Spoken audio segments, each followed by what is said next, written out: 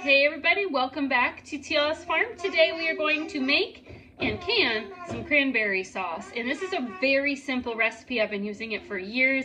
It's one of my absolute favorite Thanksgiving and Christmas dishes, and I just like to have it on the shelf to enjoy year round with pork chops or when we bake some of the turkeys we've frozen. Ooh, excuse you. It's really simple, but it's just a nice addition to your canning pantry, not even for the flavor, but the color. It's a real pretty color. So like I said, the recipe is very simple. You only need three things. You need bags of cranberries. These are 12-ounce bags. You can use the larger ones. You need orange juice, and you need sugar.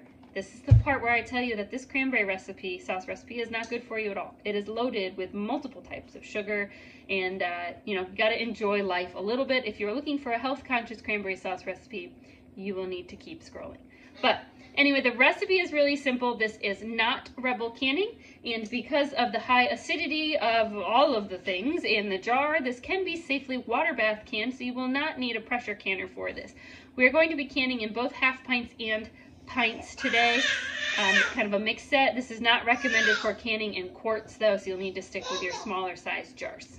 The first thing you need to do is add everything to a small stock pot. So for every bag of cranberries, it's a 1-1-1 ratio. We're going to add 1 cup of orange juice and 1 cup of sugar. Now, if you're using 16-ounce bags, you can still leave it at the 1-1-1 ratio. I like my cranberry sauce a little bit saucier, and so or a little more liquidier, I guess, and so this really fits what I like. The original recipe was for the larger bags of cranberries, so there are a few more cranberries in the pot, but I like it this way. All that to say, if you're using the larger bags, you can still make it this way. It might fit your desire more as far as how liquidy you like your final product. So we're going to add these all in the pot here. The nice thing too with cranberries is that you can freeze them until you're ready to do this. So I actually bought these a couple weeks ago and I froze them, and I wasn't going to do this until Christmas time. But I kind of thought that some of my viewers might like the cranberry sauce recipe before Thanksgiving, so I'm just doing it now. I had a little extra time tonight, and this is not a hard canning recipe, so I'm doing it now. But you can go ahead and pick up those cranberries on discount. Just throw them in the bags in your freezer and come back to it at a time when you feel like you got a little more time. The whole cook time on this recipe is between 20 and 30 minutes, and then the canning time, it's 15 minutes of processing time. Obviously you got to get stuff in the canner and get it to boiling and all that. So I'd say from start to finish, this takes less than an hour and a half as far as putting stuff out, cleaning stuff up, getting the jars out of the canner, all those things. Less than an hour and a half, so not too bad as far as canning projects go. All right, we did 4 bags of the cranberries, so that means we need 4 cups of the orange juice. And again, a 1-1-1 ratio, so it's going to be 4 cups of sugar. A question I get sometimes when I mention the cranberry sauce in other videos, like when I cook with it, is from our international viewers who may not have cranberries available where they live. And it's basically like, what is a cranberry? What does it taste like? And what on earth do we use cranberry sauce for in the US? And it's pretty simple. Cranberries are super tart berries, and they're pretty firm. And we do not eat them raw, but they are loaded in antioxidants. And actually, I don't know if maybe you can eat them raw. I've never really tried. They're incredibly bitter. That's hence all the sugar. But we like this type of cranberry sauce, which is almost like a jam. We eat it at holiday meals, and I also like it on like grilled meat during the year. Just it adds a lot of flavor. A little bit goes a long way, but like if you bake a chicken, you can add a little cranberry sauce on the side just to kind of give more flavor to what can be kind of a bland meat. So it is not an everyday food. It's a very occasional food, but it gives a nice contrast of flavor. We are gonna mix everything up. We're just gonna bring it to like this constant simmer. We don't need to cover it. There's plenty of liquid in here. And once the berries start to burst, we'll be ready for the next step. That takes about 15 minutes. So we'll come back when they're at that stage. Do be prepared for a large amount of foaming. I forgot to warn you about that. It can kind of puff up a lot. But it goes down once you go to a simmer. They have started to split. Let's see if we can get a good shot so you can see better. You can see that the cranberries are splitting down the side, so they are ready to be mashed.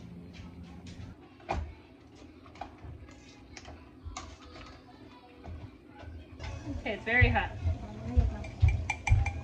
All right, it's gonna go to the official taste tester.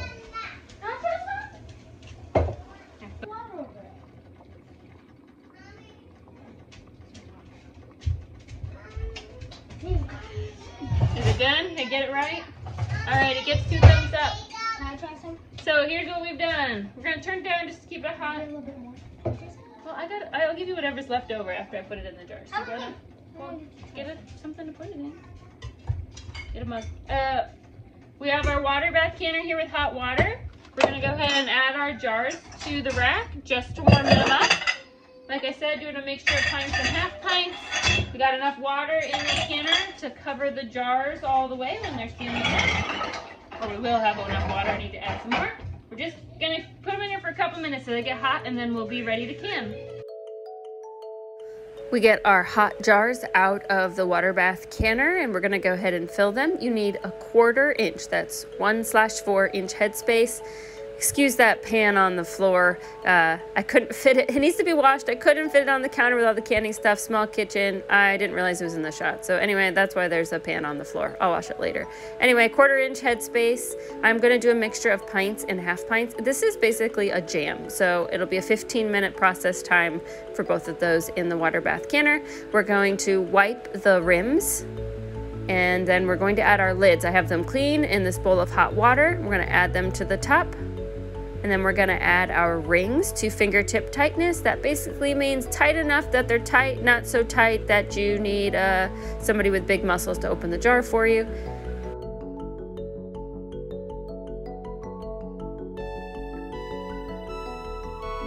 And then into the canner they go. You need to have 1 inch of water over your tallest jar. So I do need to add more water. Don't add cold water, always add hot water. And then once I get enough water in there that there's 1 inch over the tallest jar, we put the lid on, bring it to a boil. It's 15 minutes in that canner. Once you hit your rolling boil, then you turn it off, let them sit for 5 minutes, and then you can take them out and set them on your counter. The color on these really is lovely.